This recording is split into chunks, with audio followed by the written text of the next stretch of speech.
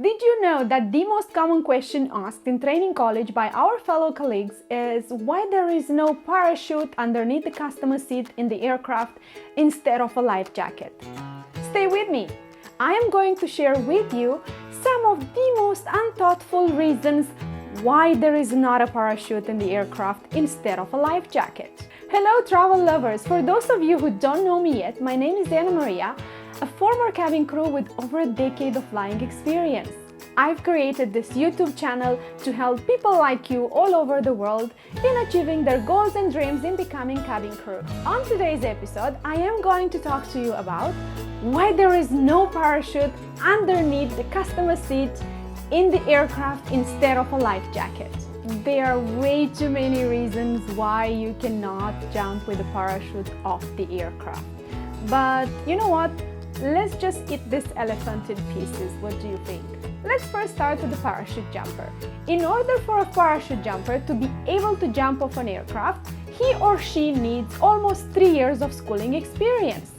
While to train you in an emergency situation with a life jacket, it takes us few minutes. To be able to operate the parachute, one needs a lot of more knowledge than few minutes training for a life jacket. Imagine you need to jump off an aircraft in an emergency situation. You need to know when to pull the cord. You need to know how to glide. You need to know how to properly land on ground. A parachute jumper jumps at around 10,000 to 12,000 feet. An aircraft flies at an altitude of 42,000 feet. At that altitude, the temperature is minus 70 degrees. Now imagine if you're going to jump off the aircraft at that altitude, what is going to happen to you? You're going to be frozen. Let me walk you through step by step. A human body cannot breathe at an altitude of 42,000 feet.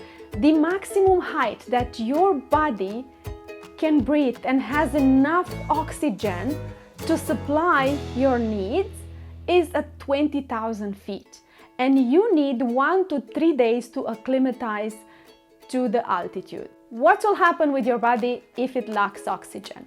Few things. You feel nauseous, you feel lightheaded, you start vomiting, you might even have tingling in your fingers. Basically, you are going to enter in what we call hypoxia. If you entered in hypoxia, your chances of survival are as limited as 10 minutes. That's the reason why, when there is an emergency situation on board, your oxygen mask will fall from the ceiling and you must put it on because you need to be on oxygen. The cabin doors in an aircraft are going to be locked, and at 36,000 feet above the sea level, it will be highly impossible for you to open the cabin door. The reason why you can breathe in an aircraft is because the cabin is pressurized to mimic the outside condition of 8,000 feet.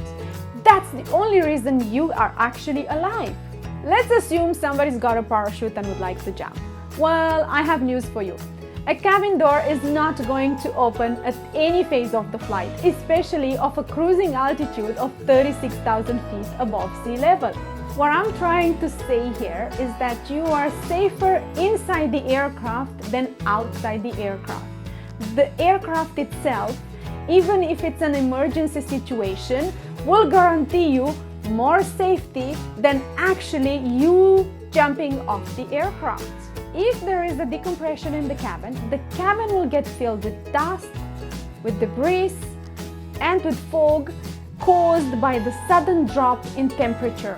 What happens with your human body if that's actually going to happen? For starters, you will feel a massive pressure in your ear. You will also have joint pain, stomach pain caused by the gas. You will also feel breathlessness. You will also feel fatigue, impaired in decision making and physical functionalities. Let's talk now about logistics, shall we? In order for you to be able to jump from an aircraft, that aircraft must be certified. A commercial airline, it's too fast and flies too high, which makes a commercial airline not designed for a parachute jumper. Something else that an airline might take into consideration is that having parachutes on the flight plus certifications will be too costly. Let's not forget about the size of a parachute versus the size of a life jacket. The space in an aircraft is extremely limited. It's going to be impossible to fit a parachute under the passenger seat.